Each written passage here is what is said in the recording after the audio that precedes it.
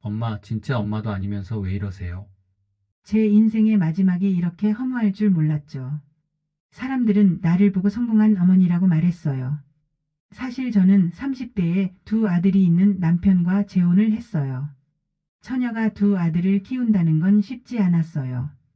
결혼한 지 3년이 안 됐을 무렵 남편이 바람을 피우더라고요. 사실 제가 이 집에서 나가면 그만이었어요. 하지만 3년 가까이 정성 들여 돌본 두 아이가 눈에 밝혔죠. 친엄마 돌아가시고 저랑 겨우 정 붙이고 살았는데 또 새엄마가 들어온다면 너무 마음이 아팠어요. 그래서 그냥 눌러앉아 생각했죠. 그냥 앞만 보고 달렸어요. 남편이 어느 날부턴가 생활비를 안 주길래 돈까지 벌며 두 아들을 키웠어요. 학원에서 보조 선생님으로 시작해 나중엔 학원 원장까지 하게 됐어요. 그 결과 두 아들을 모두 명문대에 보내고 대기업에 입사시킨 어머니가 되었죠. 하지만 이 삶이 내게 남긴 것은 이 안락한 집만큼이나 텅 빈 고독이었습니다. 남편은 10년 전 세상을 떠났고 나는 이 집을 지키는 그림자처럼 남아 있었죠. 내 감정, 내 꿈, 내 노후. 그 모든 것을 포기하고 지킨 것이 바로 이 집이었습니다. 두 아들 경민과 경수는 좋은 직장에 다니고 있습니다. 남들이 말하는 성공한 아들들이죠. 하지만 그들의 눈빛은 늘 나를 관통해 다른 곳을 보고 있었죠. 그들에게 내가 누구였을까요? 사랑과 정을 주는 엄마라기보다는 자신들의 재산을 보존해주는 든든한 배경이었을 겁니다. 아버지를 닮아 일찍이 돈의 가치와 논리를 깨우쳤던 아이들. 그들은 어머니의 건강보다는 증여세, 절세 방안이 걱정이었고 어머니의 외로움보다는 아파트 시세 동향이 궁금했습니다. 70이 넘어 깨달았습니다. 평생을 바쳐 지키려 했던 이 집안에 정작 나는 단 하나의 진정한 가족도 만들지 못했구나.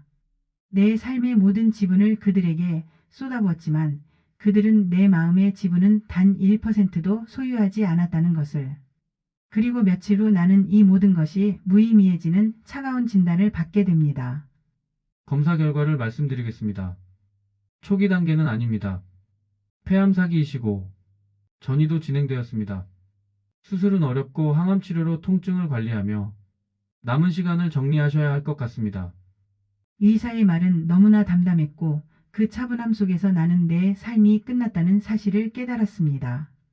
눈물도 나오지 않았죠. 그저 가슴속에서 30년간 쌓아 올린 견고한 성이 와르르 무너지는 소리만 들렸습니다. 아, 이제 내게 남은 시간이 많지 않구나. 그 순간 가장 먼저 떠오른 것은 두 아들이었습니다. 이 소식을 들으면 얼마나 놀랄까? 얼마나 걱정할까? 집에 도착하자마자 큰아들 경민에게 전화를 걸었습니다. 목소리가 떨리는 것을 감추기 위해 애썼죠. 경민아, 엄마가 좀 많이 아파서 그러는데 혹시 이번 주에 시간 좀 낼 수 있니? 무슨 일이세요? 어머니, 저 지금 프로젝트 회의 중이에요. 빨리 말씀하세요. 오늘 병원에 다녀왔어. 좀 심각한 병이래. 폐암 사기래. 이제 치료도 쉽지 않다고. 네. 그래서요? 일단 제가 알아볼게요. 그런데 어머니, 지금 갑자기 재산 증여나 그런 문제 복잡하게 만들지 마시고요. 혹시 중요한 서류 같은 거 미리 다른 데 옮겨 놓으신 거 있으세요? 그때 깨달았습니다. 걱정이라는 가면 뒤에 숨겨진 재산이라는 차가운 계산. 심지어 아프다는 소식보다 재산의 안정성이 먼저였습니다. 경민이 전화를 끊고 나서 늘 다정했던 둘째 아들 경수에게 전화했습니다. 적어도 이 아이는 다를 줄 알았죠. 하지만 전화는 한참을 울리다 겨우 받더군요. 엄마, 무슨 일이세요? 저 지금 야근 중인데. 경수야, 엄마, 위암이라네. 사기래. 조만간 몸이 많이 나빠질 것 같아. 아, 일단 치료 잘 받으시고요. 근데 어머니, 혹시 요즘 부쩍 기억이 흐릿해지거나 그러진 않으세요? 갑자기 그건 왜? 아니, 저번에 변호사 말로는 혹시 어머니가 판단 능력이 떨어진 상태에서 사기당할 수도 있다고 하셔서요. 혹시 누가 와서 무슨 서류에 서명하라고 하면 저한테 전화하셔야 돼요. 그리고 치매 검사부터 받아보셔야 하는 거 아니에요. 그 말이 저를 한순간에 무너뜨렸습니다. 30년 넘게 아침부터 저녁 늦게까지 돈 벌어 그들을 키워낸 저의 지성과 존재 자체를 재산을 보호해야 할 위험 요소로 분류한 것입니다. 그날 밤 저는 깨달았습니다. 아, 나는 결국 이 집에서 손님도 아닌 관리해야 할 리스크였구나.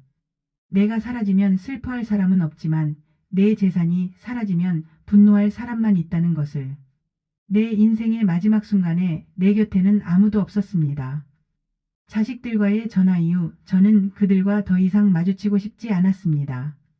그들이 올 때마다 풍기는 명품 향수 냄새와 제 병을 귀찮은 절차로 만드는 그들의 논리가 싫었죠.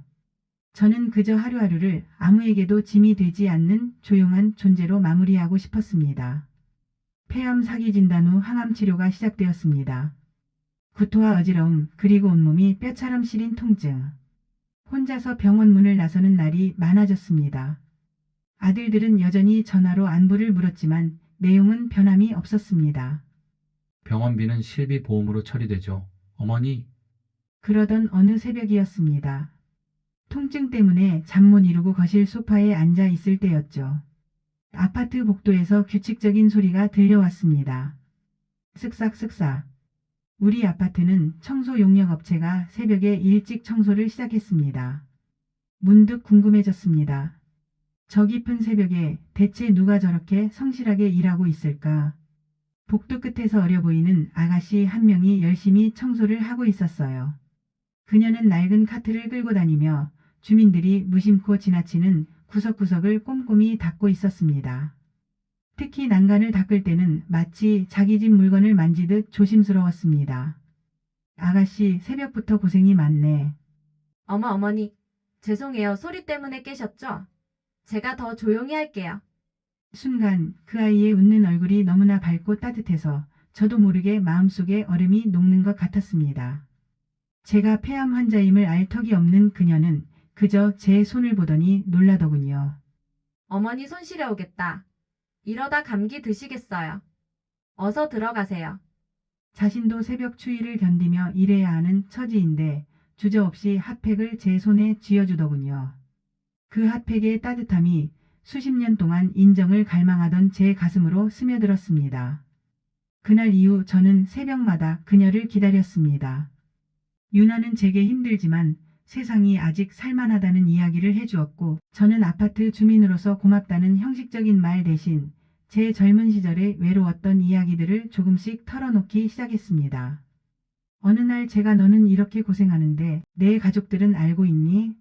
라고 물었을 때 유나가 잠시 침묵하더니 고개를 숙였습니다. 저는 가족이 없어요. 어릴 때부터 보육원에서 자랐어요. 그 말이 저의 마음에 깊은 울림을 주었습니다. 가족이 없는 아이. 그리고 가족은 있지만 없는 것과 다름없는 저. 두 외로운 존재가 새벽의 복도에서 그렇게 마주하게 된 것입니다. 유나를 만난 후로 제 항암 치료는 조금씩 달라지기 시작했습니다. 혼자 맞서 싸우던 고독한 전쟁이 아니었죠.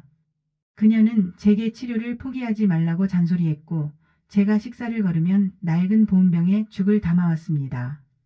유나야, 너도 바쁜데 왜 자꾸 이러니? 내가 내 엄마도 아닌데. 어머니, 저한테는 어머니가 세상에서 가장 큰 어른이세요. 제가 어릴 때 세상에서 가장 따뜻한 손을 가진 분이 바로 어머니셨어요. 저는 고개를 갸웃했습니다. 우리가 이렇게 진심으로 대화한 건 불과 한 달 남짓인데 무슨 소리일까요? 유나는 주저하다가 낡은 가방에서 빛바랜 사진 한 장을 꺼냈습니다. 저 사실 어머니가 예전에 후원하셨던 성순 보육원 아이였어요. 어머니께서는 매년 연말 보육원에 오셔서 아이들에게 옷과 학용품을 주셨죠. 그때 제게 인형을 주셨어요. 그때 저를 안아주셨던 어머니 손이 너무나 따뜻해서 잊을 수가 없어요. 다른 후원자들은 사진 찍고 가기 바빴는데 어머니는 제 이름을 물어봐 주셨거든요. 유나야, 꿈이 뭐니? 그때 대답 못했지만 저는 그때부터 어머니처럼 나누는 사람이 되는 것이 꿈이었어요. 저는 그 기억을 잊고 살았습니다. 수많은 후원자 중 하나였을 뿐이니까요. 하지만 유나에게는 그 짧은 순간의 만남이 평생을 지탱하는 온기가 되었던 것입니다. 아니, 어떻게, 세상에. 저 어머니. 그때부터 어머니를 그림자 엄마라고 생각했어요. 어머니가 보육원에 오실 때마다 가까워지고 싶었는데 항상 한 발짝 뒤에서 바라보게 되더라고요. 그때는 다가갈 용기가 없었나 봐요. 근데 이 아파트에서 어머니를 다시 뵈었을 때 저는 너무 기뻤어요. 다시 만나 뵐 거라고 생각 못 했거든요. 저를 기억해 주는 게 너무 기특하고 고마워서 눈물이 났어요. 며칠 후 병세가 급격히 악화되면서 저는 걷기조차 힘들어졌습니다.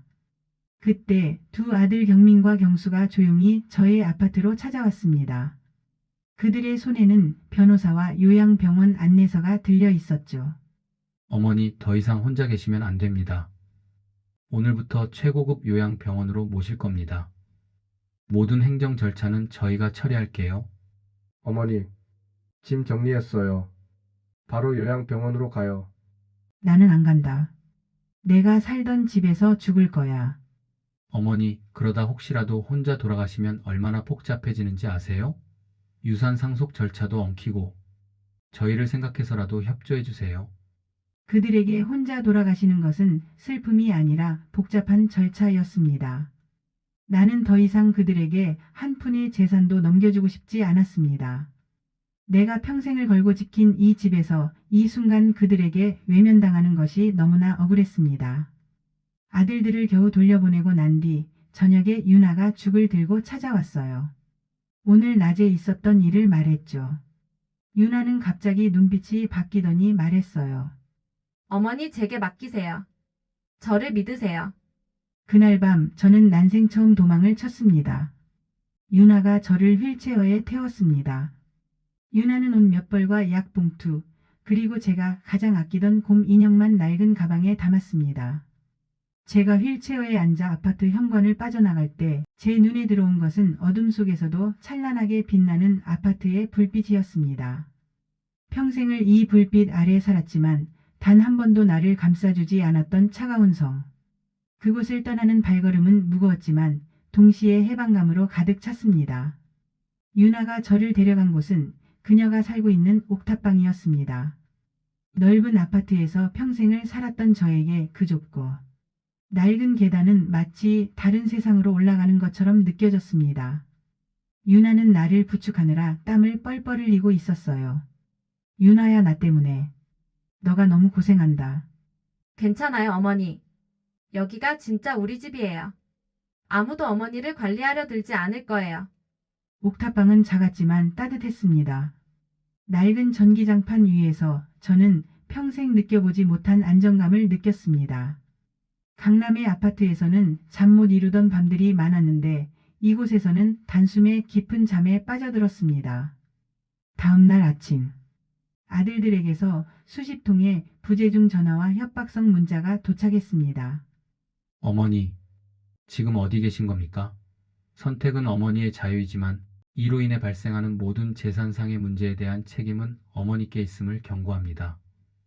당장 돌아오지 않으시면 판단 능력 상실을 이유로 법적 절차를 밟을 수밖에 없습니다. 그들의 언어 속에는 제가 살고자 하는 의지나 고통은 없었습니다. 그들이 걱정하는 것은 오직 재산 지분뿐이었습니다. 계속 울려대는 전화를 참지 못하고 받은 날, 저는 평생 동안 처음 느껴보는 큰 상처를 받고 말았습니다. 엄마, 도대체 어디 계세요? 이러시는 이유가 뭔데요? 그 재산은 어차피 저희 아버지가 남기신 거니까 우리 거라고요. 진짜 엄마도 아니면서 왜 이러세요? 남편이 바람 피운 걸 알았을 때도 경민이 중학교 담임 선생님이 내가 친엄마가 아니란 걸 알고 나서 바뀐 눈빛도 경수 친구가 경수한테 웃으며 너네 엄마 가짜 엄마였냐고 말하는 걸 들었을 때도 이 정도의 상처는 아니었어요. 손이 벌벌 떨리고 눈물이 마구 쏟아지는데 어찌할 바를 모르겠더군요. 전화를 끊고 전원을 꺼버렸어요. 저녁거리를 사러 시장에 간 유나는 제가 전화를 안 받으니까 놀라서 뛰어왔더군요. 유나에게 들키고 싶지 않아 애써 밝은 표정으로 핸드폰 충전을 안 해서 배터리가 나간 거였다고 둘러댔지만 제가 울었다는 걸 알아챘을 거예요.